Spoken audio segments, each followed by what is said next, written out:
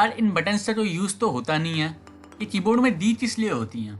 दोस्तों अगर आप एक कंप्यूटर या फिर लैपटॉप यूजर हैं तो आप कीबोर्ड का यूज़ तो ज़रूर करते होंगे। दोस्तों इसी कीबोर्ड में कुछ ऐसी बटन्स होती हैं जिनके बारे में आप में से बहुत से लोगों को पता नहीं होता है, जैसे home, page up, page down, and, delete, insert, escape, tab और भी 2-3 बटन्स हैं। इनके बारे में आप में से ज़्यादातर लोगों को पता नहीं होता।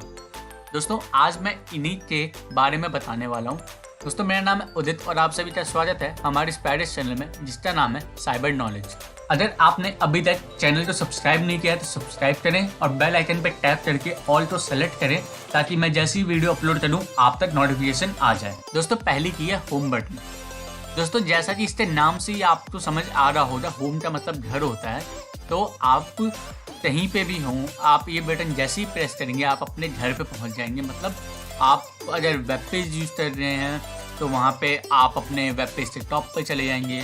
अगर आपने कोई डॉक्यूमेंट या फिर पीडीएफ फाइल खोल रखी है तो वहाँ पे जिस भी लाइन में है उस लाइन के फर्स्ट अल्फ़ाबेट पे चले जाएंगे। अगर आप कंट्रोल+ होम बटन प्रेस करते हैं डॉक्यूमेंट या फिर पीडीएफ में तो आप उस पीडीएफ या फिर डॉक्यूमेंट के टॉप पे चले जाएंगे। दोस्तों मैं आपको एक एग्जांपल के थ्रू इलस्ट्रेट करता हूँ। जैसे मैंने अपना ब्राउज़र खोला, यहाँ पे एक वेबसाइट ओपन है और मैं इसके एंड में हूँ। अब मैं यहाँ पे होम बटन अगर प्रेस करूँगा तो मैं इसके टॉप पे चला जाऊँगा। दोस्तों मैं आपको एक डॉक्यूमेंट में भी सेम चीज़ इलस्ट्रेट करके दिखाता हूँ। जैसे ये वर्ड का डॉक्यूमेंट है, यहाँ पे कुछ रैंडम टेक्स्ट टाइप का रखा है मैंने। अब मैं यहाँ पे अगर होम बटन प्रेस करता हूँ, मेरा कर्सर अभी यहाँ पे बीच में है कहीं। अब मैं यहाँ पे अगर होम बटन प्रेस करूँगा तो इस पर्टिकुलर लाइन के फर्स्ट अल्फ़ाबेट पे मेरा कर्सर चला जाएगा। अब दोस्तों अगर आप अपने डॉक्यूमेंट के टॉप पे आना चाहते हैं तो उसके लिए आपको कंट्रोल+ होम बटन प्रेस करना होता है और इतना कहते ही आप अपने डॉक्यूमेंट के टॉप पे चले जाएंगे। दोस्तों अगली की है एंड बटन। दोस्तों जैसा कि एंड बटन से भी हमें समझ में आ रहा है कि एंड का मतलब अंत, यानी अगर आप अपने वेब पेज पे हैं तो एंड बटन प्रेस करके उस वेब पेज की लास्ट में आ जाएंगे। अगर आप अपने डॉक्यूमेंट में या फिर पीडीएफ में हैं तो वहाँ पे आप एंड बटन प्रेस करके उस पर्टिकुलर लाइन के एंड में आ जाएंगे। मैं आपको एक एग्जांपल इलस्ट्रेट करता हूँ। जैसे भी मैंने वेब पेज ओपन कर रखा है, वेब पेज के मैं एकदम टॉप पे हूँ। अब मैं अगर एंड बटन प्रेस करता हूँ तो वेब पेज के एकदम बॉटम में आ जाऊँगा। अब सेम चीज़ मैं आपको डॉक्यूमेंट में भी इलस्ट्रेट करता हूँ। जैसे ये मेरा डॉक्यूमेंट है, यहाँ पर मैं सेकेंड अल्फ़ाबेट पे हूँ, एंड बटन मैंने प्रेस किया और मैं एकदम लास्ट में आ गया। अब अगर आप इस डॉक्यूमेंट के एंड में आना चाहते हैं तो आपको कंट्रोल+ एंड बटन प्रेस करना है और आप इस डॉक्यूमेंट के भी लास्ट में आ जाएंगे। दोस्तों अगली की है पेज अप बटन। दोस्तों पेज अप बटन का जैसा नाम है वैसे इसका काम भी होता है, लेकिन दोस्तों लोग यहाँ पे कंफ्यूज होते हैं अपर एरो की में और पेज अप बटन में। दोस्तों जो अपर एरो का यूज़ होता है वो होता है लाइन बाय लाइन ऊपर जाना, लेकिन जो पेज अप बटन का यूज़ होता है वो होता है सीधे एक पेज जंप करना। दोस्तों जैसे कि मैं अभी अपना ब्राउजर ओपन करूँ, यहाँ पे एक वेब पेज ओपन है। अब मैं यहाँ पे अगर अपर एरो की प्रेस करूँगा तो लाइन बाय लाइन में ऊपर जाऊँगा, लेकिन जैसे मैंने पेज अप बटन प्रेस किया वो डायरेक्टली एक पेज जंप कर गया। दोस्तों अगली की है पेज डाउन बटन। दोस्तों पेज डाउन बटन का जैसा नाम है वैसा ही काम भी है, लेकिन लोग यहाँ पे कंफ्यूज होते हैं डाउन एरो की के साथ कि पेज डाउन बटन और डाउन एरो की के फंक्शनैलिटी में लोग कंफ्यूज जाते हैं। दोस्तों पेज डाउन बटन का काम होता है एक पेज को नीचे लाना। मतलब आपने मान लीजिए पेज नंबर 1 ओपन किया है तो आप डायरेक्टली पेज नंबर 2 में आएंगे, लेकिन अगर आप पेज नंबर 1 में हैं और आप एरो की के हेल्प से नीचे आते हैं तो वो लाइन बाय लाइन नीचे लेके आएगा। मतलब अगर आप मान लीजिए पेज नंबर 1 की लाइन नंबर 4 में है, डाउन एरो की हेल्प से पहले लाइन नंबर 5, फिर 6, फिर 7 ऐसे करके आप पेज नंबर 2 की लाइन नंबर 1 में आएंगे। लेकिन जो आपका पेज डाउन बटन होता है वो डायरेक्टली आपको उस पर्टिकुलर पेज की, मतलब अगर आप पेज नंबर 1 की दूसरी लाइन में हैं तो आपको डायरेक्टली पेज नंबर 2 की लाइन नंबर 1 में लेके जाएगा। दोस्तों होप करता हूँ ये कन्फ्यूजन दूर हो गई होगी। दोस्तों अगली की है डिलीट बटन। दोस्तों डिलीट बटन का आप में ज़्यादातर लोग यही यूज़ जानते होंगे। डिलीट बटन का यूज़ होता है किसी फाइल, फोल्डर, आइटम को डायरेक्टली रिसाइकल बिन में मूव करना या फिर परमानेंटली रिमूव कर देना अपने सिस्टम से। दोस्तों इसके अलावा भी इसका यूज़ होता है, जैसे कि आप किसी सेलेक्टेड टेक्स्ट को इसकी हेल्प से रिमूव कर सकते हैं या फिर आप किसी वर्ड को इसके हेल्प से रिमूव कर सकते हैं। मैं आपको एक एग्जांपल के थ्रू इलस्ट्रेट करता हूँ। दोस्तों जैसे मैंने अभी अपना डॉक्यूमेंट खोला है, यहाँ पर मैंने इतना पार्ट टेक्स्ट सेलेक्ट किया और मैंने यहाँ पर डिलीट बटन प्रेस कर दिया। इतना करते ही मेरा वो पूरा सेलेक्टेड टेक्स्ट डिलीट हो गया। दोस्तों आप चाहें तो एक एक वर्ड को भी इससे हेल्प से डिलीट कर सकते हैं। आपको सिंपली उस वर्ड के पास जाना है और डिलीट बटन प्रेस करना है। लेकिन दोस्तों यहाँ पे लोग डिलीट बटन और बैक स्पेस में कंफ्यूज होते हैं। दोस्तों बैक स्पेस जो है वो आपके कर्सर के लेफ्ट हैंड साइड के टेक्स्ट को डिलीट करेगा, लेकिन आपका जो डिलीट बटन है वो आपके कर्सर के राइट हैंड साइड के टेक्स्ट को डिलीट करेगा। जैसे कि ये एक मैंने टेक्स्ट है, यहाँ पे मैंने बैक स्पेस बटन प्रेस किया तो आप नोटिस करेंगे कि लेफ्ट हैंड साइड का टेक्स्ट डिलीट हो रहा है, लेकिन अगर मैं डिलीट बटन प्रेस करता हूँ तो राइट हैंड साइड का टेक्स्ट डिलीट हो रहा है। दोस्तों होप करता हूँ कि आपका ये कन्फ्यूजन दूर हो गया होगा।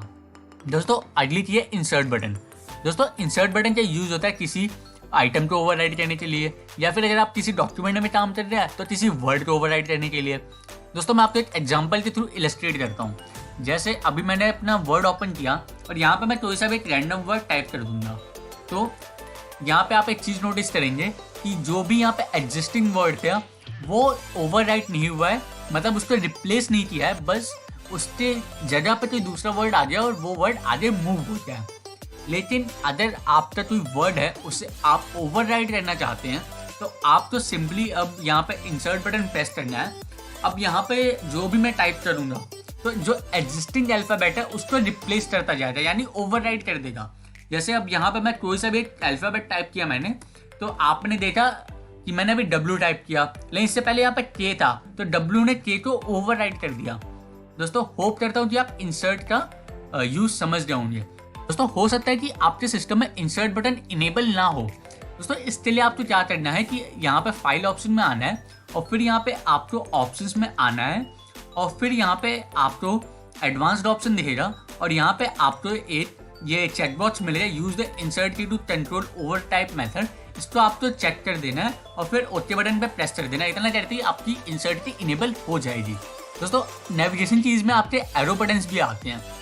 एरो बटन्स के बारे में आप में से ज़्यादातर लोगों तो पता ही होगा, लेकिन तब भी मैं एक बार बता देता हूँ कि एरो बटन्स जो होती हैं वो लाइन बाय लाइन ऊपर जाने के लिए, लाइन बाय लाइन नीचे आने के लिए, या फिर word by word right side में जाने के लिए, या फिर लेफ्ट साइड में वर्ड बाय वर्ड जाने के लिए रिस्पेक्टिवली बटन्स काम करती हैं। दोस्तों इसके अलावा भी कुछ बटन्स होती हैं जिनके बारे में बहुत से लोगों को नॉलेज नहीं होती है, जैसा कि नमलॉक बटन। दोस्तों नमलॉक बटन का यूज होता है नम पैड को एक्टिव करने के लिए। आपके कीबोर्ड में जो राइट साइड में कुछ नंबर्स लिखे होते हैं उसको इनेबल करने के लिए नमलॉक बटन का यूज होता है। दोस्तों इसके अलावा एक और बटन होती है PRT SCR करके, जिसको हम प्रिंट स्क्रीन कहते हैं।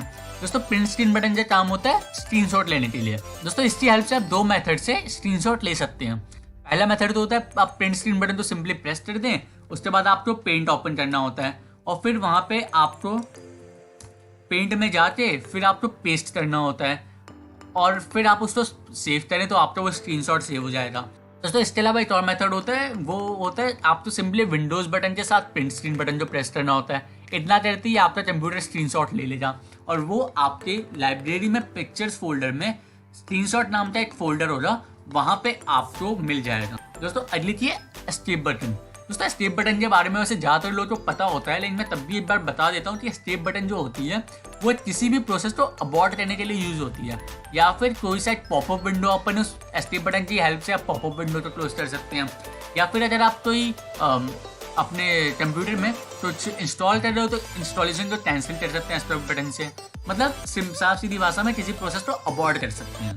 दोस्तों अगली चीज है टैब बटन। दोस्तों टैब बटन का यूज होता है सेवरल स्टेप्स फॉरवर्ड मूव करने के लिए। दोस्तों फॉरवर्ड मूव करने के लिए आप स्पेस बटन का भी यूज कर सकते हैं, लेकिन escape button word by word आगे मूव करता है, लेकिन आप टैब बटन यूज करेंगे तो वो सेवरल स्पेसेस आगे मूव हो जाएगा।